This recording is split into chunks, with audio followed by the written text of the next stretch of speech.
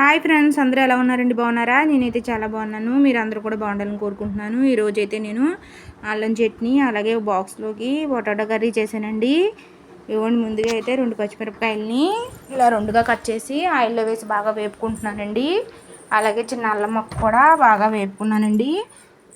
దీన్ని అయితే ఓ మిక్సీ జార్లో తీసుకుని ఇందులోనే ఓ నిమ్మకాయ సైజు చింతపండు నీళ్ళలో బాగా నానబెట్టి వేసుకోవాలండి. అలాగే ఓ పావు టీ స్పూన్ ఉప్పు ఈ చింతపండు నీళ్ళతో పాటు వేసేయాలండి. తర్వాత చిన్న బెల్లం ముక్క కూడా వేసుకోవాలండి. బెల్లం ముక్క అయితే కొట్టి చితక్కొట్టి వేసుకోవాలండి. మీకు తెలుస్తుందని అలా ముక్కలా చూపిస్తున్నాను.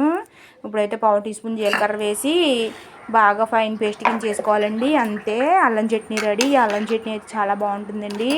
ఇదైతే హెల్త్కి కూడా మంచిది. ఇదిగోండి, టిఫిన్లో వేసి మా అబ్బాయికి అయితే ఇచ్చేసాను. ఇప్పుడైతే క్యారేజీలోకి పొటాటో కర్రీ చేస్తున్నానండి. దీనికోసం 4 పొటాటోలు, 2 ఉల్లిపాయలు, 4 పచ్చిమిరపకాయలు తీసుకున్నానండి.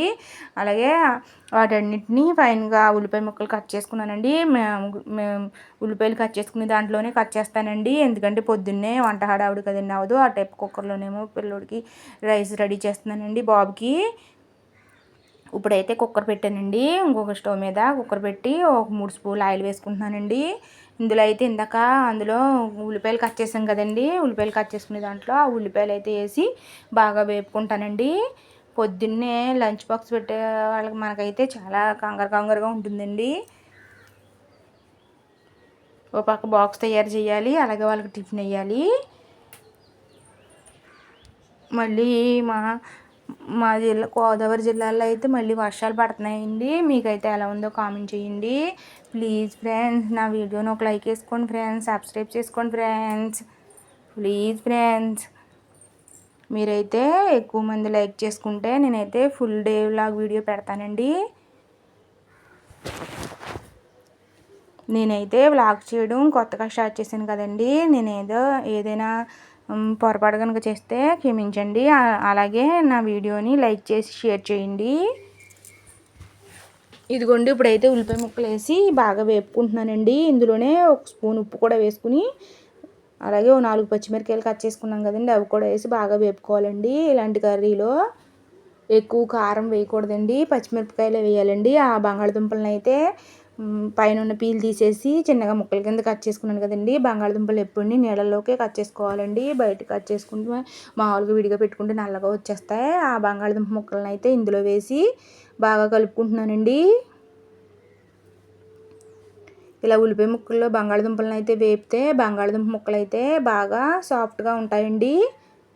కర్రీ కూడా టేస్టీగా ఉంటుంది. ఇదిగోండి, ఇలా నూనెలో అయితే ఒక 5 మినిట్స్ బాగా వేపుకున్నానండి. బాగా వేపుకుని తర్వాత ఓ పావు టీ స్పూన్ పసుపు వేసుకున్నానండి. పసుపు వేసుకున్న తర్వాత ఇందులో అయితే నేనైతే బంగాళదుంప కూరలు అయినా మామూలుగా చేపల కూర గట్ట అయినా వండినా ఇంట్లో చేసిన మసాలా వేస్తానండి. ప్యాకెట్ మసాలాలు వాడనండి. ఇదివరకు అయితే వాడేదానండి నేను కూడా తెలియక. ఇప్పుడైతే అవి అసలు వాడకూడదు అంటండి. పిల్లలకైతే కడుపులో చాలా డేంజర్ అంటండి. అందుకని నేను పచ్చి మసాలా ఎక్కువ ప్రిఫర్ చేస్తున్నానండి. ఆ మసాలా అయితే ఓ స్పూన్ ధనియాలు, ఓ స్పూన్ జీలకర్ర, ఓ 10 దాకా లవంగ మొగ్గలు, 4 యాలక్కాయలు, ఒక 1/2 టీ స్పూన్ ఏమో గసగసాలు, చిన్న అల్లం ముక్క, ఒక 10 వెల్లుల్లి రెబ్బలు, ఒక స్పూన్ ధనియాలు వేసి ఇవన్నీ వేసి ఫైన్గా పేస్ట్ చేసుకుంటానండి. దీన్ని అయితే 2 బాక్సుల్లో పెట్టుకుంటానండి. ఒక బాక్స్ ఏమో కావాల్సి వచ్చినప్పుడు వాడుకుంటానండి, అది అయిపోయి ఇంకో బాక్స్ వాడతానండి. ఇలా చేసుకుంటే ఎప్పుడైనా వండేదాన్ని బట్టండి. ఒక్కోసారి ఒక వారంలో ఎక్కువ మసాలాల కూరలు వండుకుంటే అయిపోద్దండి, లేకపోతే ఉంటుంది. ఈ మసాలా అయితే 10 రోజుల దాకా ఫ్రెష్గానే ఉంటుందండి. 2 బాక్సులు తీసి పెడతాం కదా, ఒక బాక్స్ వాడిన తర్వాత ఇంకో బాక్సు.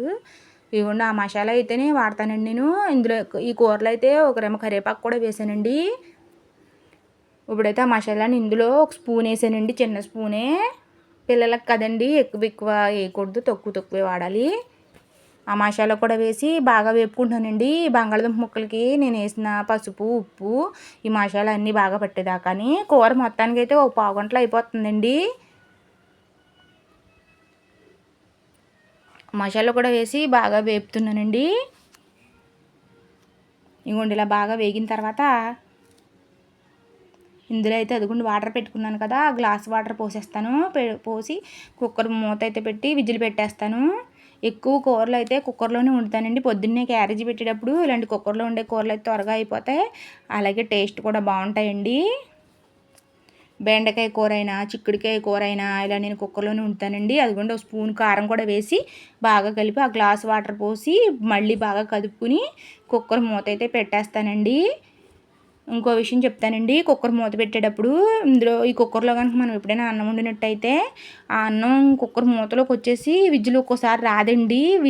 గ్యాస్ కట్టలోంచి వాటర్ వచ్చేసి చాలా చాలా భయం వేస్తుందండి. అలాగా రాకుండా ఉండాలంటే మనం కడుక్కున్నప్పుడు బాగా శుభ్రం చేసుకోవాలండి. నాకు ఒకసారి అలాగే అయింది, అందుకని మీకు కూడా చెప్తున్నాను. కుక్కర్ మూత పెట్టాక విజిల్ పెట్టే ముందు ఆ ఫ్రెష్ పైనుంచి వస్తుందో లేదో చూసుకోవాలండి ఒకసారి. ముందు జాగ్రత్తగా ఉండటం మంచిది కదండి. ఇంకొండి మూత పెట్టేశాను. మూత పెట్టాక విజిల్ పెట్టేస్తానండి. విజిల్ పెట్టాక రెండు విజిల్స్ రానిస్తానండి లో టు మీడియం ఫ్లేమ్లో. అంతేనండి, మన కూర అయితే తయారైపోతుంది. ఇలా పొద్దున్నే లంచ్ బాక్స్ పెట్టే వాళ్ళకైతే ఈ కూర చాలా ఉపయోగపడుతుంది అనుకుంటున్నాను. ప్లీజ్ ఫ్రెండ్స్, నా వీడియోస్ని అయితే ఒక లైక్ వేసుకోండి ఫ్రెండ్స్.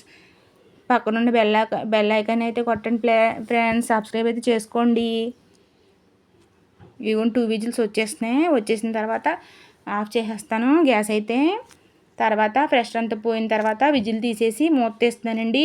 మూత తీసే ముందు మనం విజిల్ తీసేసుకున్న తర్వాతే మూత తీసుకోవాలండి.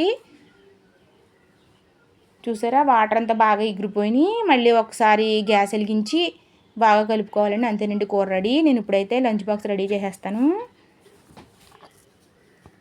ఇదిగోండి, కూర అయితే రెడీ అయిపోయింది. ఈ టైంలోనే ఒకసారి ఉప్పు చూసుకుంటే ఉప్పు సరిపోయిందో తెలుస్తుందండి. ఉప్పు సరిపోతే మళ్ళీ వేసుకోవచ్చు. నేను వేసిన ఉప్పు అయితే సరిపోతుందండి. ఎవరు టేస్ట్ పెట్టాలి. ఇదిగోండి లంచ్ బాక్స్ అయితే రెడీ. Bye friends.